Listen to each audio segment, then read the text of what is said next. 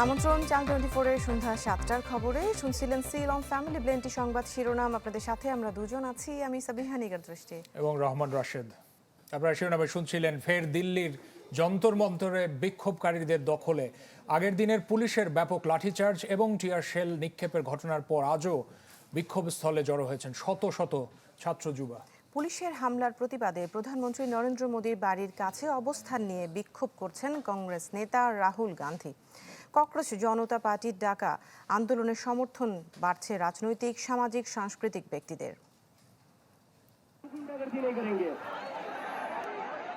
সংসদ অভিমুখী মিছিলের পরদিন মঙ্গলবার ভোর থেকে আবার দিল্লির যন্তর মন্তরে সমবেত শত শত শিক্ষার্থী ও ককরোচ জনতা পার্টি সিজেপির সমর্থকরা। তাদের অভিযোগ, পুলিশের বল প্রয়োগ তাদের দমাতে পারেনি, বরং আন্দোলন চালিয়ে যাওয়ার সংকল্প আরো দৃঢ় করেছে।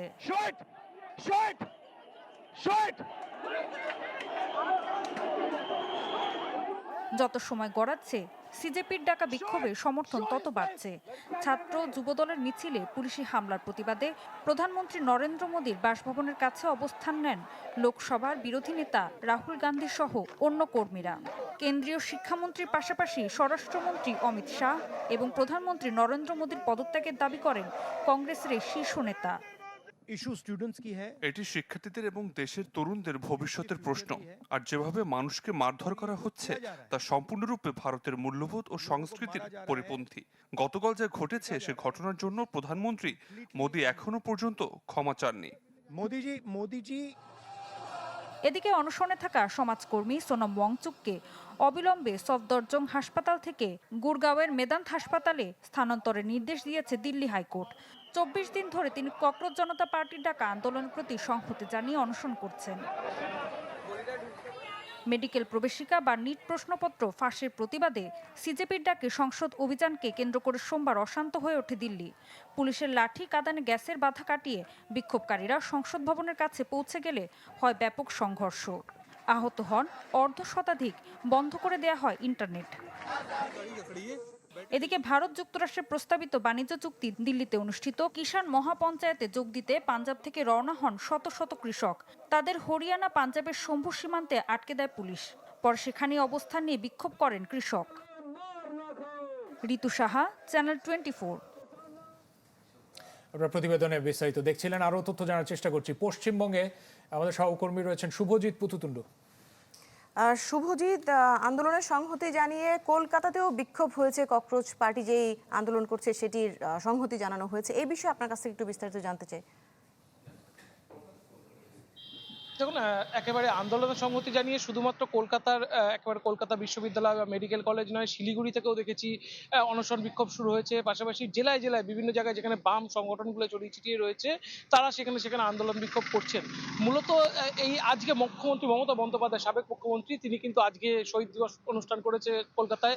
সেখানে তিনিও বলেছেন যে ককরোচ পার্টি তাদের যে আন্দোলন বিক্ষোভ, তাদের উপরে গতকাল যে লাঠিচার্জ, সেই আন্দোলনে তিনি সংহতি প্রকাশ করেছেন এবং তিনি এই আন্দোলনের সঙ্গে সরাসরি যুক্ত হওয়ার যে দাবি সেটা তিনি করেছেন। তিনি বলেছেন তিনি যুক্ত হবেন, দরকার পড়লে তিনি দিল্লি যাবেন।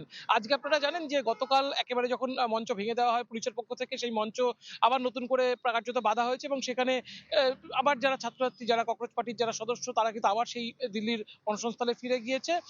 একেবারে গতকালের যে প্রভাব, সেই প্রভাব কিন্তু আজকে বেশ কিছু লক্ষ্য করা গেছে লোকসভার অভ্যন্তরেও। কারণ লোকসভার অভ্যন্তরে যদি আপনি দেখেন, সেখানেও আজকে বাদল অধিবেশনের দ্বিতীয় দিন, সেখানেও কিন্তু অধিবেশন হয়নি। উল্টে কংগ্রেসের সাংসদরা তারা স্পিকারের সাথে দেখা করেছে, তারা দাবি করেছে তারা সরকার পক্ষকে যেন কোনোভাবে এই ছাত্রছাত্রীদের সাথে আলোচনায় বসে। কারণ গতকাল যে আলোচনা হয়েছিল প্রায় 4 ঘন্টার আলোচনা, সেখান থেকে কোনো নিট ফল বেরিয়ে আসেনি। কারণ প্রত্যেক যে 20 জন ছাত্রছাত্রী নিটের ফলের জন্য মারা গিয়েছেন, তাদের জন্য 1 কোটি টাকা ক্ষতিপূরণ তারা দাবি করেছিলেন। তার সঙ্গে সোনাম ওয়াংচুককে আবার ফিরিয়ে দিয়ে হাসপাতাল থেকে অনশনে বসিয়ে দেওয়ার তার যে দাবি, সেটাও তারা করেছিলেন। একাধিক দাবি ছিল, সেই দাবি কিন্তু কোনোটাই সরকার পক্ষ এখনো পর্যন্ত মেনে নেয়নি। পাশাপাশি দিল্লির যে পরিস্থিতি, সেখানে কিন্তু আপনি যদি দেখেন গতকাল থেকে আরো দুটো ইস্যুতে কিন্তু গরম হয়েছে। মোটামুটি একদিকে কৃষক আন্দোলন, তারা শম্ভু সীমান্ত ক্রস করেছে, শম্ভুর যে চেকপোস্ট সেটা ক্রস করেছে, পাশাপাশি টিকরি সীমান্ত ক্রস করছে। অন্যদিকে যদি আপনি দেখেন একই সঙ্গে আবার কাশ্মীর আন্দোলন, কাশ্মীরের স্বায়ত্তশাসনের দাবিতে সেখানে একটা আন্দোলন চলছে। ফলে সব মিলিয়ে কিন্তু দিল্লির পরিস্থিতি উত্তপ্ত এবং সেখানে যদি পশ্চিমবঙ্গ থেকে মমতা ব্যানার্জির সমর্থন যোগায়, একেবারে পরিস্থিতি কিন্তু অনেকটাই আরো ঘোলাটে হবে বলে মনে করা হচ্ছে। জি শুভজিৎ, ধন্যবাদ আপনাকে আমাদের সাথে যুক্ত হওয়ার জন্য। শুভজিৎ পুতুতুন্ড পশ্চিমবঙ্গ থেকে আমাদের সাথে যুক্ত হয়েছিলেন। মাইলস্টোন ট্র্যাজেডিতে পুরো জাতির বিবেক কেঁপে উঠলেও টনক নড়েনি এই প্রতিষ্ঠানটির, বরং শুরু হয়েছে দুটি নতুন বহুতল ভবন নির্মাণের কাজ। মাইলস্টোন কর্তৃপক্ষের দাবি যে একটা ভবনের অনুমোদন 2 বছর আগেই নেয়া, আর নতুন যে ভবনটির কথা বলা হচ্ছে তার আবেদন করা হয়েছে 6 জুলাই। অথচ তদন্ত কমিটি বিমানের অ্যাপ্রোচ ল্যান্ডে নতুন স্থাপনা নির্মাণ না করার জোর সুপারিশ করেছিল। মোর্শেদ হাসিবের রিপোর্টে বিস্তারিত। স্কুলের ছুটির ঘন্টা বাজার একটু আগেই জীবন থেকে ছুটি হয় তাদের। সেদিন উত্তরায় মাইলস্টোন স্কুলে পাইলট সহ যুদ্ধ বিমান আছড়ে পড়ে 28 শিশু সহ প্রাণ হারান 36 জন, যার ক্ষতচিহ্ন এখনো বয়ে বেড়াচ্ছে স্কুলটির এই হায়দার আলী ভবন। সেদিকে তাকিয়ে হয়তো প্রতিদিনই লেখা হচ্ছে এক একটি মন খারাপের গল্প। মাইলস্টোন ট্র্যাজেডির তদন্ত প্রতিবেদন বলছে এই ভবনটির অনুমতি ছিল না, এমনকি রাজুকের কাছে এই দোতলা ভেঙে ফেলবার অঙ্গীকার করা হয়েছিল।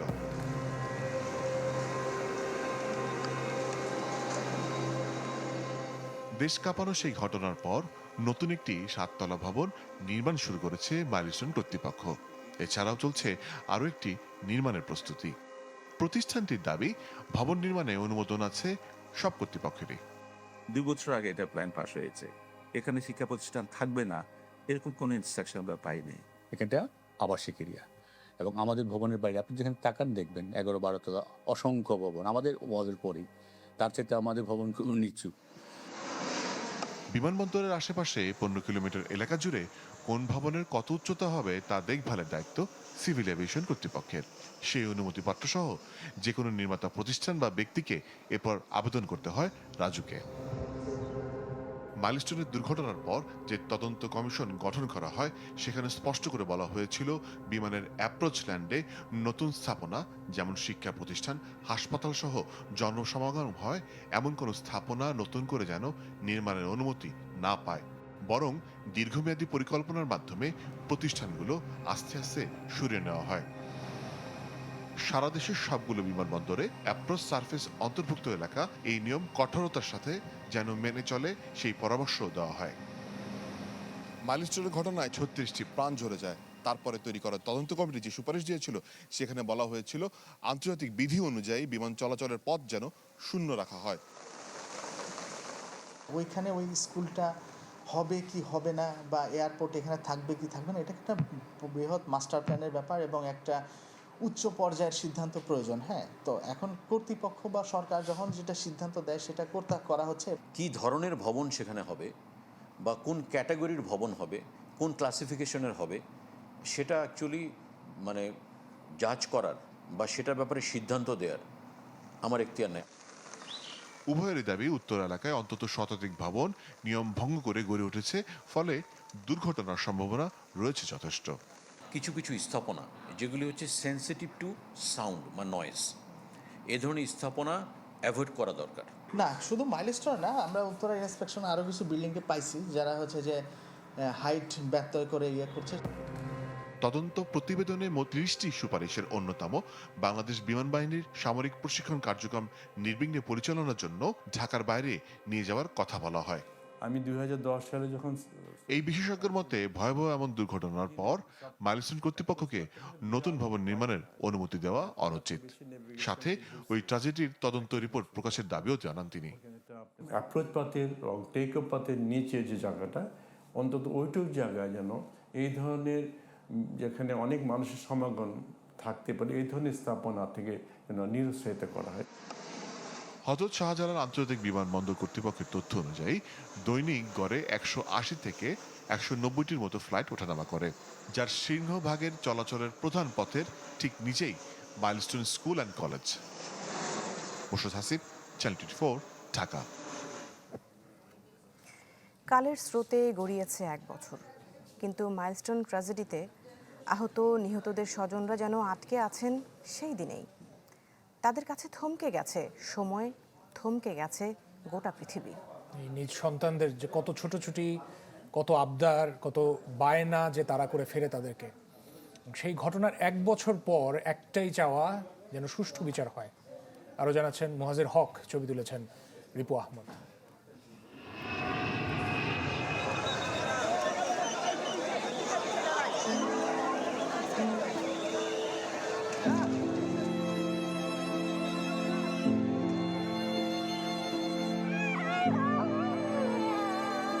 সেদিন কেঁদেছিল গোটা দেশ। আমার বাবার কত কষ্ট হয়েছে, আমার চোখের পলকে হারিয়ে গিয়েছিল কত নিষ্পাপ প্রাণ, কত সাজানো স্বপ্ন। 1 বছর আগে মাইলস্টোন ট্র্যাজেডিতে ক্ষতবিক্ষত কোমল হাত আবারও লিখতে শুরু করেছে স্বপ্নের কথা। বিভীষিকার সময় পেরিয়ে সেই স্বপ্নযাত্রায় অনেক আগেই শিক্ষার্থীরা ফিরেছে ক্লাসে, তবু তারা করে বেড়ায় অদৃশ্য ভয় আর আতঙ্ক। আমার 7% কিন্তু আমার ডিপ বার্ন, আমার ফেস আর 2 হাতে বার্ন হয়েছে। আমার অনেক কষ্ট হয়, কিন্তু অতীত তো অতীত। আমার কাছে এখন বিমানের শব্দটা ভয়ই লাগে যদি আবার এরকম কিছু হয়। হঠাৎ আকাশে উড়ে যাওয়া ইস্পাতের পাখির গর্জন মনে করিয়ে দেয় ভয়ঙ্কর সেই দুপুরের কথা। আর স্কুল ছুটির ঘণ্টা না বাজা পর্যন্ত অদৃশ্য এক শঙ্কা আঁকড়ে ধরে রাখে অনেক অভিভাবকের হৃদয়। এখনো কিন্তু যুদ্ধ বিমান যায়, এমনি অন্য বিমানও যায়। আমার 2টা বাচ্চা পড়ে এখানে, কিন্তু ওই যখন আসে বাসায় না যাওয়া পর্যন্ত টেনশন থাকে।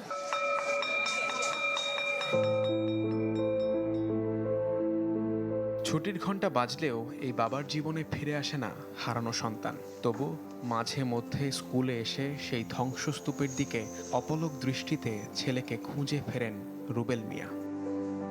একটি বছর কিভাবে পার হয়েছে আমরা ক্ষতিগ্রস্ত পরিবার ছাড়া কেউ জানে না। আসলে আমরা যারা আছি সবাই এখন হতাশ। আরেক দম্পতি শাহাবুল শেখ আর মিম সুলতানা ছোট্ট রাইসামণিকে হারানোর পর ছবিতেই খুঁজে ফেরেন মেয়েকে। মনে হয় আমার রাইসা কোথাও বেড়াতে গেছে, আমার কাছে আসবে ফিরে।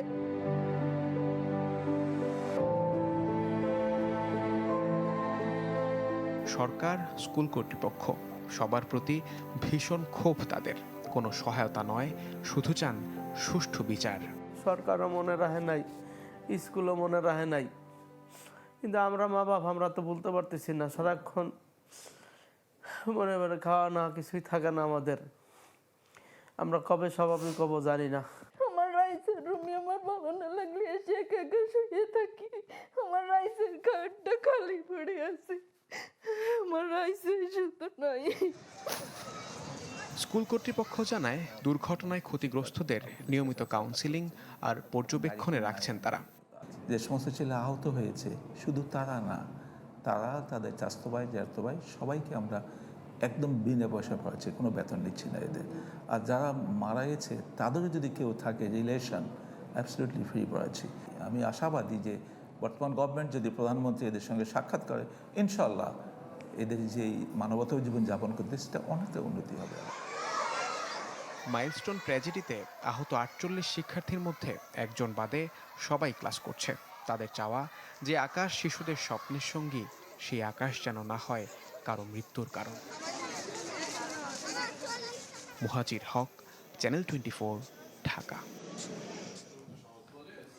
মাইলস্টোন দুর্ঘটনায় নিহতদের প্রতি শ্রদ্ধা জানিয়েছেন স্কুলটির শিক্ষক, শিক্ষার্থী ও কর্মকর্তারা। উত্তরার দিয়াবাড়িতে শোকাবহ পরিবেশে প্রাণ হারানোদের স্মরণ করা হয়।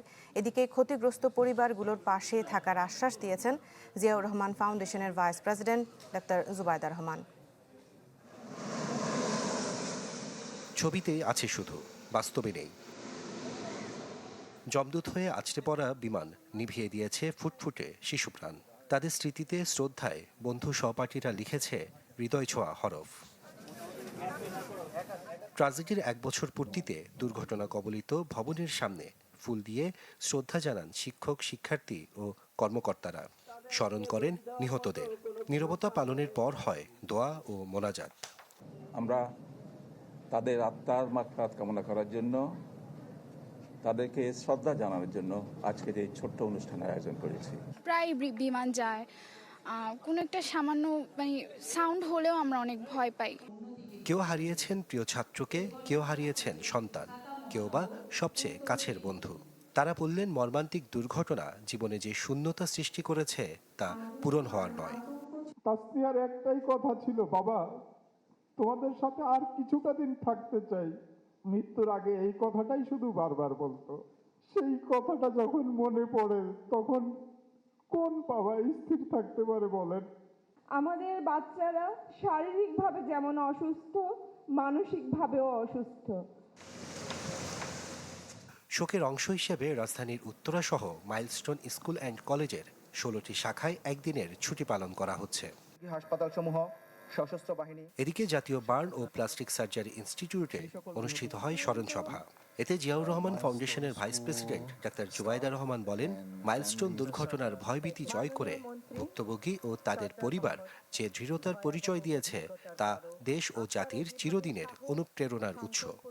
মাইলস্টোন ট্র্যাজেডিতে আহত শিক্ষক, শিক্ষিকা, শিক্ষার্থীবৃন্দের মনোবল সকলের প্রেরণার উৎস।